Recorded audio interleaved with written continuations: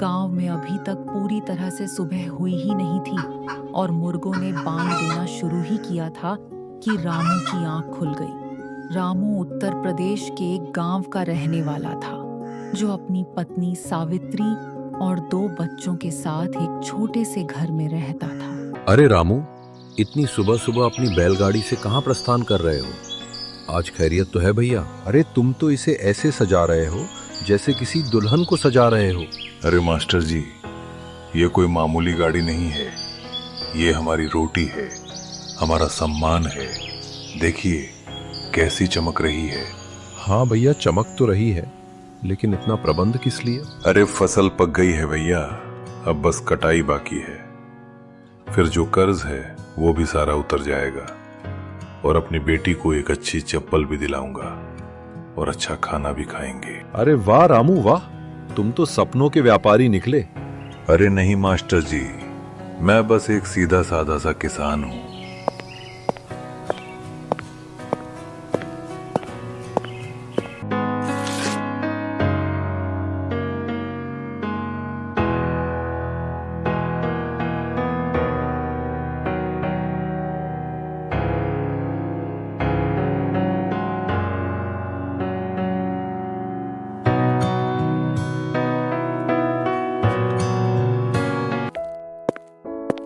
अरे पापा, उर्दू की नोटबुक खत्म हो गई है। टीचर ने कहा है नई लेकर आना। अरे बेटा, अभी इसी पर लिखो, इसी से गुजारा करो और पन्ने बचाकर लिखा करो। मैं कल मास्टर जी से खुद बात कर लूंगा। पापा पापा, आज रात हम खाने में क्या खाएंगे? आज हम खाएंगे तुम्हारी माँ के हाथ की बनी रोटी और साथ में मजेदार सा साग। वाह, मजा ही आ जाएगा। पापा, आज स्कूल में मीना ने बताया कि वो बिरयानी खाती है। पापा, ये बिरयानी क्या होती है? अरे बेटा, बिरयानी बहुत स्वादिष्ट होती है। उसमें मसाले होते हैं, मांस होता है। कभी पापा तुम्हें जरूर दिलाएंगे। अच्छा पापा, मुझे भी खिलाना, फिर मैं भी मीना को बताऊंगी कि मैंने भी बिरयानी खाई है। मीना चूल्हे पर रोटियां सेंक रही थी। उसे पता था कि बस 2 दिन का आटा ही बचा है जिससे हम रोटियां बना सकेंगे, और बिरयानी तो बहुत दूर की बात है।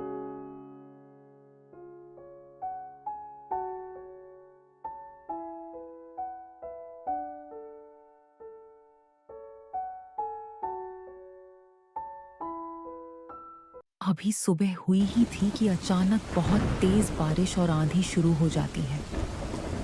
रामू उठता है और देखता है, और उसके जहन में बस एक ही ख्याल आता है कि उसकी फसल का क्या हुआ होगा, क्योंकि उसके पास वही आखिरी उम्मीद थी।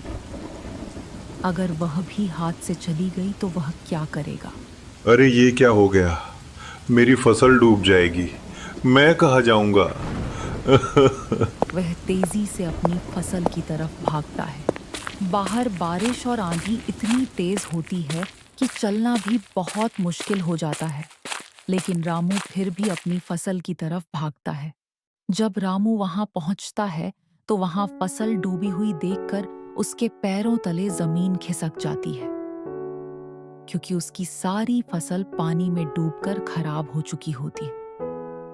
रामू अंदर से बिल्कुल टूट जाता है, क्योंकि यही फसल उसकी आखिरी उम्मीद होती है। अरे क्या हो गया, अब हम कहाँ जाएंगे?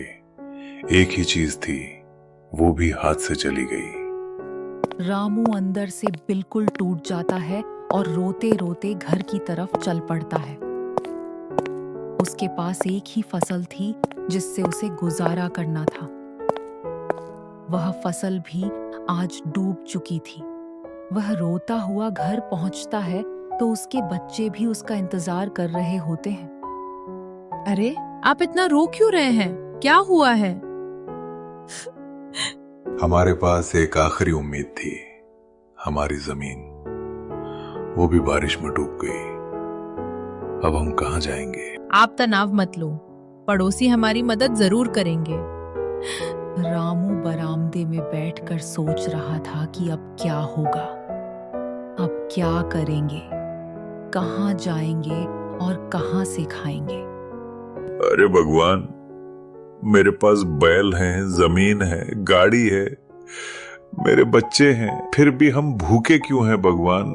उसके गांव में मुदस्सिर नाम का एक आदमी था जिसकी दुकान थी। वह शादी से पहले बहुत खुशहाल था, लेकिन शादी के बाद उसकी बेगम उसे सड़क पर ले आई और वह बिरयानी का काम करने लगा था। रामू उसकी दुकान के सामने से गुजरता था। अरे रामू, इधर आओ। क्या बात है, बहुत दिनों बाद नजर आए हो और बिरयानी खाने भी नहीं आते। क्या बात है भैया? बस भैया, वक्त ही नहीं मिलता, इसीलिए। भैया, मुझे भी शादी का बहुत शौक था, लेकिन जब शादी हुई तो जो मेरे साथ हुआ, एक झटके में शादी का भूत उतर गया।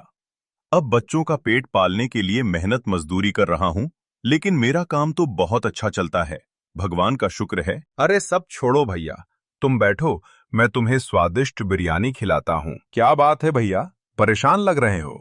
क्या बात है, सब खैरियत तो है? बस भैया, क्या बताएं। शुरू कर लो। लेकिन भैया, मैं तो किसान हूँ और ये बिरयानी वाला काम कैसे करूँ? तो क्या हुआ, पहले किसान थे लेकिन अब नहीं, अब हाथों से कमाओ। और मैंने भाभी के हाथ का साग रोटी खाया है, बहुत स्वादिष्ट होता है। रामू बिरयानी खाता है और वहां से घर की तरफ निकल पड़ता है। अरे सुनीता, कि हम भी बिरयानी का काम शुरू कर लें, और तुम्हारे हाथों में भी बहुत स्वाद है। क्या बिरयानी? और मैं? लेकिन मैंने कभी बिरयानी बनाई ही नहीं, और बिरयानी बनाने के लिए चावल और मसालों के लिए पैसे चाहिए, लेकिन हमारे पास पैसे भी नहीं हैं, तो कैसे करेंगे? तुम्हारे कंगन है ना, मैं तुम्हें दोबारा दिलवा दूंगा कंगन। उसकी यह बात सुनकर सुनीता की आंखों में आंसू आ गए और वह रोने लगी। अरे सुनीता, मुझे माफ कर दो प्लीज, सारी गलती मेरी है, मुझे माफ कर दो। कोई बात नहीं, हमें भगवान और देगा, तुम ये कंगन जाकर बेच आना। अगले दिन सुनीता और रामू मुदस्सिर भाई के पास गए। वहां जाकर सुनीता ने खुद बिरयानी बनाई और मुदस्सिर भाई को खिलाई। अरे वाह भाभी वाह, इतनी स्वाद बात है भैया।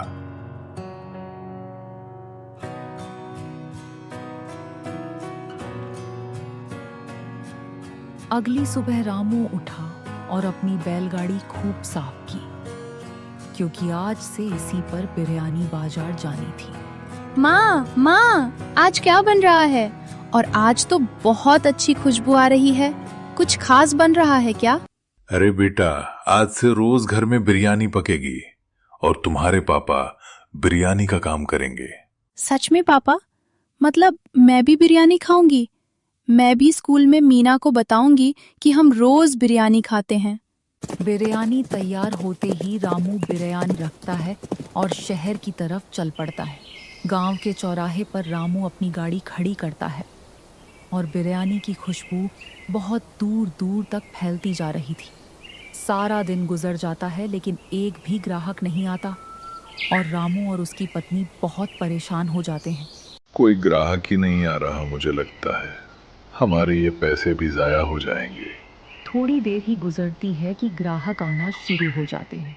भैया, आपकी बिरयानी की खुशबू तो बहुत अच्छी आ रही है, मेरे बच्चों के लिए एक प्लेट पैक कर दो। जी भैया, आप एक बार लेकर जाइए, बहुत स्वादिष्ट है, मैं अभी आपको देता हूँ। इसी तरह अगले दिन रामू की बिरयानी की खुशबू ने पूरे गांव में धूम मचा दी थी और उसके पास ग्राहकों की भीड़ लग जाती थी और समय से सारी बिरयानी बिक जाती थी। रामू की फैमिली खुशहाल जीवन जीने लगी। अब उनके पास खाने पीने के लिए भी सब कुछ अच्छा था। पापा, हमारे लिए सबसे जरूरी क्या होता है? बेटा, सबसे जरूरी है हार न मानना।